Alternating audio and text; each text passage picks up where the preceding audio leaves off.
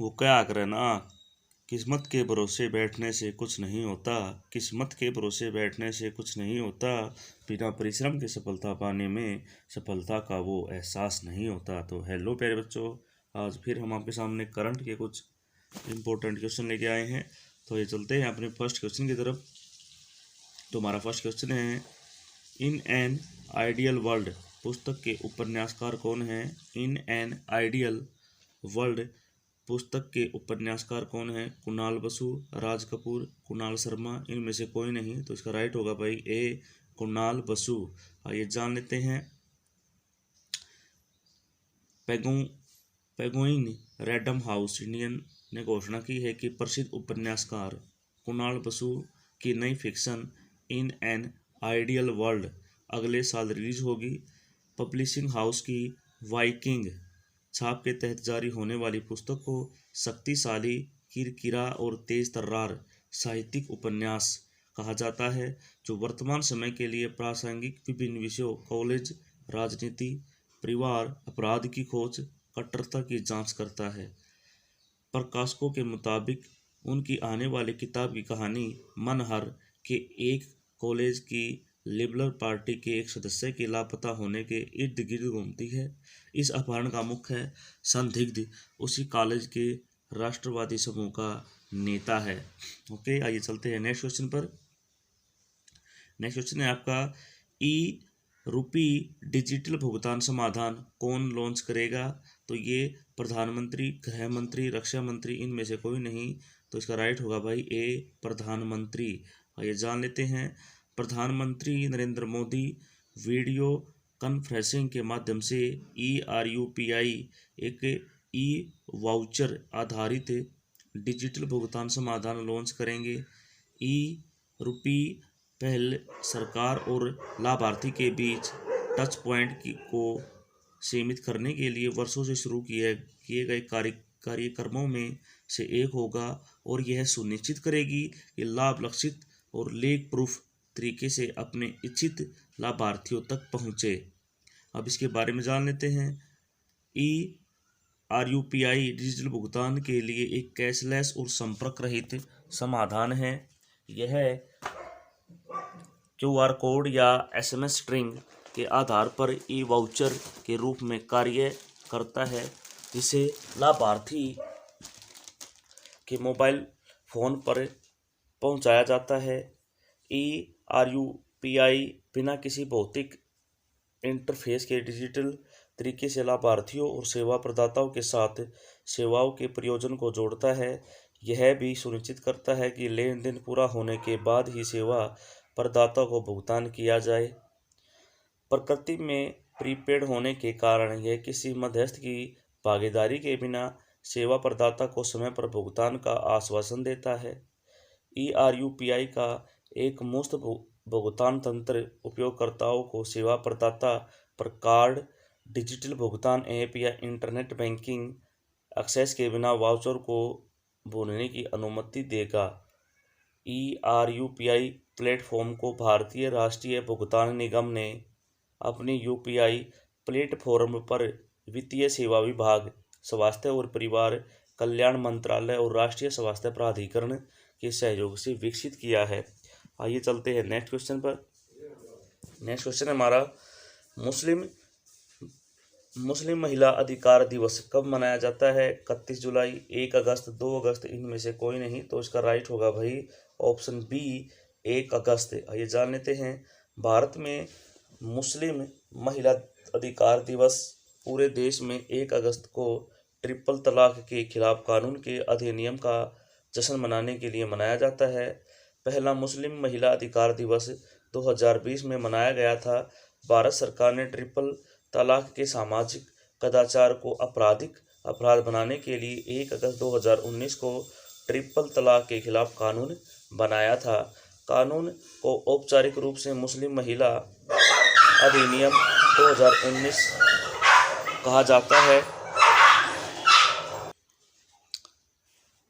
कानून को औपचारिक रूप से मुस्लिम महिला अधिनियम 2019 कहा जाता है। यह मुस्लिम महिलाओं द्वारा तत्काल तलाक की प्रथा को प्रतिबंधित करता है और कानून के किसी भी उल्लंघन के लिए 3 साल तक की जेल की सजा हो सकती है।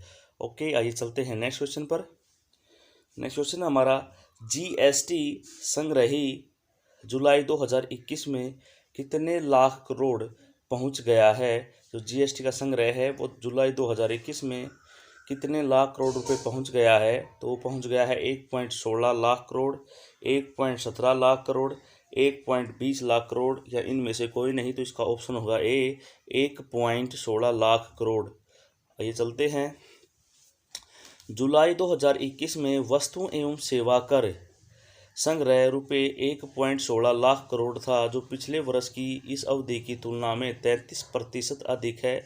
जुलाई 2020 में जीएसटी संग्रह 87,422 करोड़ था, जबकि क्रमिक रूप से वे इस वर्ष जून में जो है 92,849 करोड़ था। वित्त मंत्रालय द्वारा जारी आंकड़ों के अनुसार जुलाई 2021 में सकल जीएसटी राजस्व रुपये 1,16,393 करोड़ एकत्रित किया गया, जिसमें से केंद्रीय जीएसटी के रूप में 22,197 करोड़, राज्य जीएसटी और 28,541 करोड़ और एकीकृत जीएसटी के रूप में 57,864 करोड़ और 7,790 करोड़ रुपए का उपकर जो है शामिल किया गया।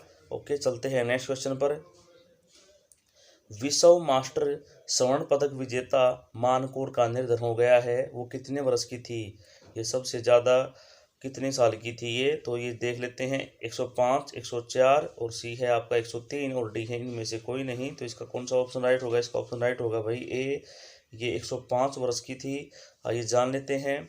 Multiple world master championship gold medalist और मल्टीपल एशियाई मास्टर चैंपियनशिप मेडलिस्ट एथलीट 105 वर्षीय मानकोर का निधन हो गया है। उन्होंने दौड़ना शुरू किया और 2007 में चंडीगढ़ मास्टर एथलेटिक्स मीट में अपना पहला पदक जीता।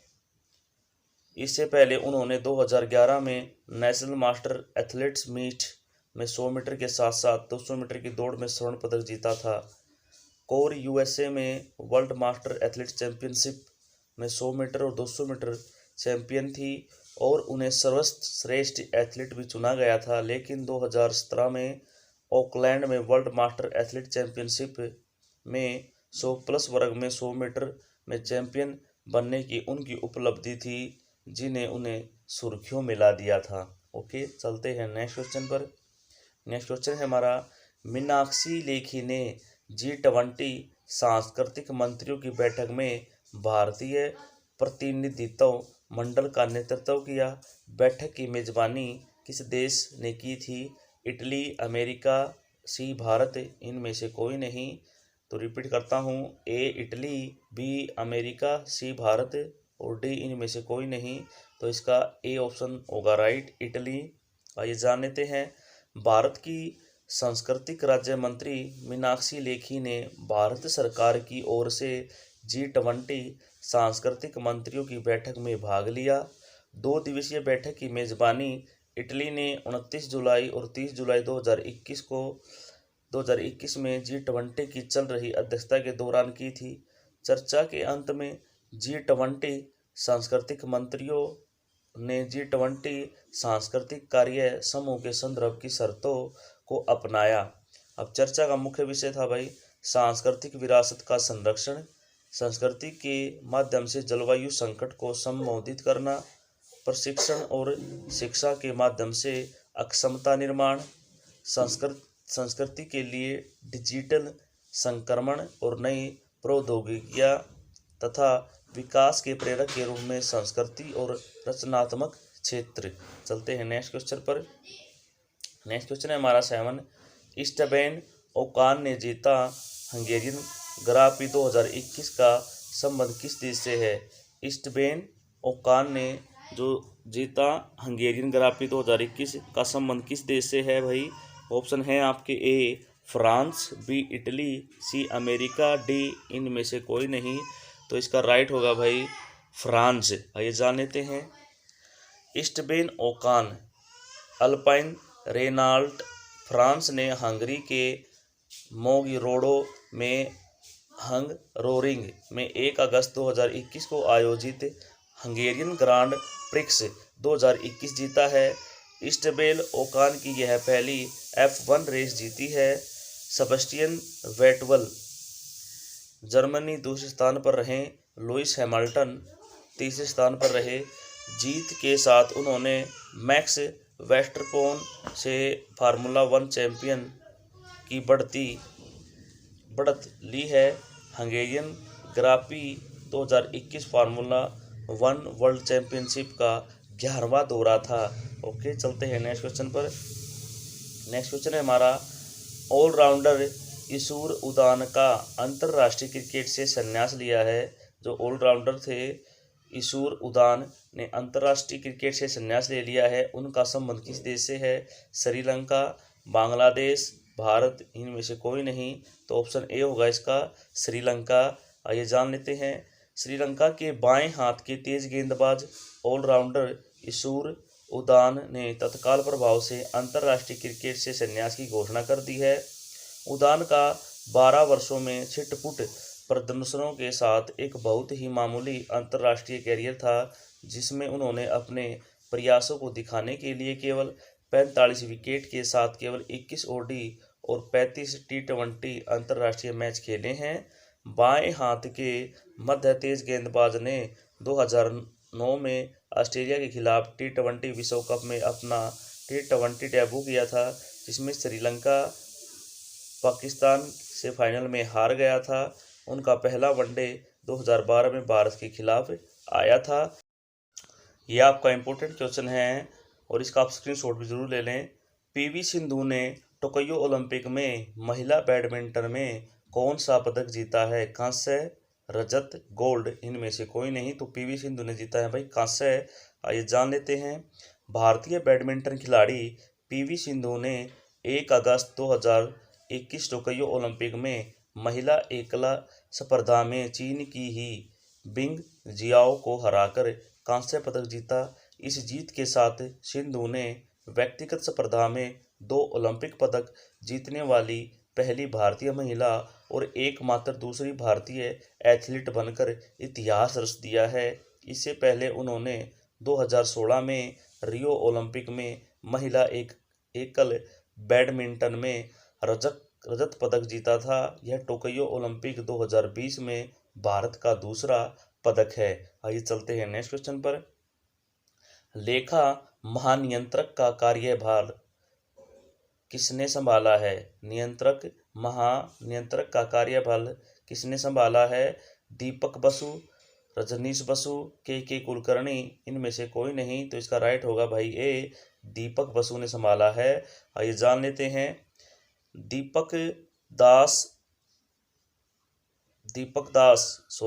था ये। दीपक दास ने 1 अगस्त 2021 को लेखा महानियंत्रक के रूप में पदभार ग्रहण किया है।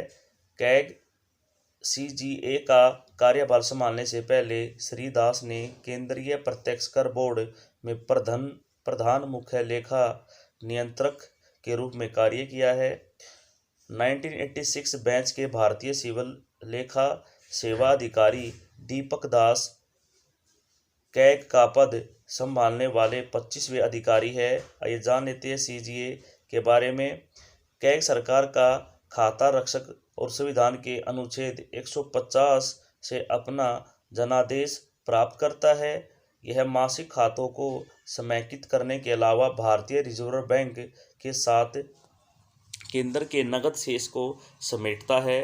राजस्व वसूली और व्यय के साथ साथ केंद्र सरकार के वार्षिक खातों के रुझान तैयार करना है। ओके, चलते हैं नेक्स्ट क्वेश्चन पर। नौसेना स्टाफ के उप प्रमुख का कार्यभार किसने संभाला? जो नौसेना स्टाफ के उप प्रमुख का कार्यभार किसने संभाला है? Vice admiral SN Dhormade, vice admiral Rajeev, vice admiral Ranjish, इनमें से कोई नहीं। तो इसका ए होगा भाई, वाइस एडमिरल SN धोरमड़े। आइए जानते हैं। वाइस एडमिरल SN धोरमड़े ने नई दिल्ली में एक औपचारिक समारोह में नौसेना स्टाफ के उप प्रमुख के रूप में पदभार ग्रहण किया है वह vice admiral G Ashok Kumar का स्थान लेंगे, जो 39 साल से अधिक की शानदार सेवा के बाद 31 जुलाई 2021 को सेवानिवृत्त हुए थे। Flag officer SN. धोरमडे को 1 जनवरी 1984 को भारतीय नौसेना में कमीशन दिया गया था। उन्हें 26 जनवरी 2017 को अति विशिष्ट सेवा मेडल और भारत के राष्ट्रपति द्वारा 2007 में नौसेना मेडल से सम्मानित और 2002 में नौसेना अध्यक्ष द्वारा प्रशासित किया गया था। ओके, चलते हैं अपने नेक्स्ट क्वेश्चन पर।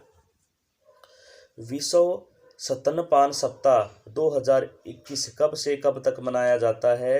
तो 1 से 7 अगस्त, 1 से 5 अगस्त, 1 से 10 अगस्त या इनमें से कोई नहीं। तो इसका ऑप्शन होगा ए, 1 से 7 अगस्त तक। आइए जान लेते हैं। विश्व स्तनपान सप्ताह हर साल अगस्त के पहले सप्ताह में माताओं और शिशुओं के लिए स्तनपान के महत्व पर जागरूकता बढ़ाने के लिए 1 से 7 अगस्त के बीच मनाया जाता है। विश्व स्तनपान सप्ताह 2021 का विषय स्तनपान की रक्षा करें, एक साझा जिम्मेदारी है। वार्षिक सप्ताह का आयोजन 1991 से WABA, WHO और UNICEF द्वारा किया जाता है। अब स्तनपान के बारे में। स्तनपान हर बच्चे के जीवन में सर्वोत्तम संभव शुरुआत प्रदान करता है। यह बच्चों और माताओं दोनों को स्वास्थ्य, पोषण और भावनात्मक लाभ प्रदान करता है। यह एक स्थायी खाद्य प्रणाली का हिस्सा है, लेकिन जबकि स्तनपान एक प्राकृतिक प्रक्रिया है, यह हमेशा आसान नहीं होता। माताओं को समर्थन की ज़रूरत है दोनों को शुरू करने और स्तनपान को बनाए रखने के लिए। अब देख लेते हैं भाई, स्तनपान मुख्यालय के लिए विश्व गठबंधन Penang Malaysia world alliance for breast feeding के संस्थापक हैं Anwar Fazal. World alliance for breast feeding स्थापना हुई थी 14 फरवरी 1991 में। ओके, चलते हैं नेक्स्ट क्वेश्चन पर। सॉरी, इतने ही हमारे क्वेश्चन थे। तो ये आज के हमारे कुछ इंपॉर्टेंट क्वेश्चन थे। तो प्यारे बच्चों, क्वेश्चन कैसे थे हमें कमेंट बॉक्स में ज़रूर बताएं। हमें आपकी कमेंट का इंतज़ार रहता है। और आज के क्वेश्चन कैसे थे ये हमें आप ज़रूर लिखें, और चैनल को लाइक, शेयर और सब्सक्राइब करना ना भूलें। कल फिर मिलते हैं हम एक नई वीडियो के साथ। तब तक के लिए बाय बाय।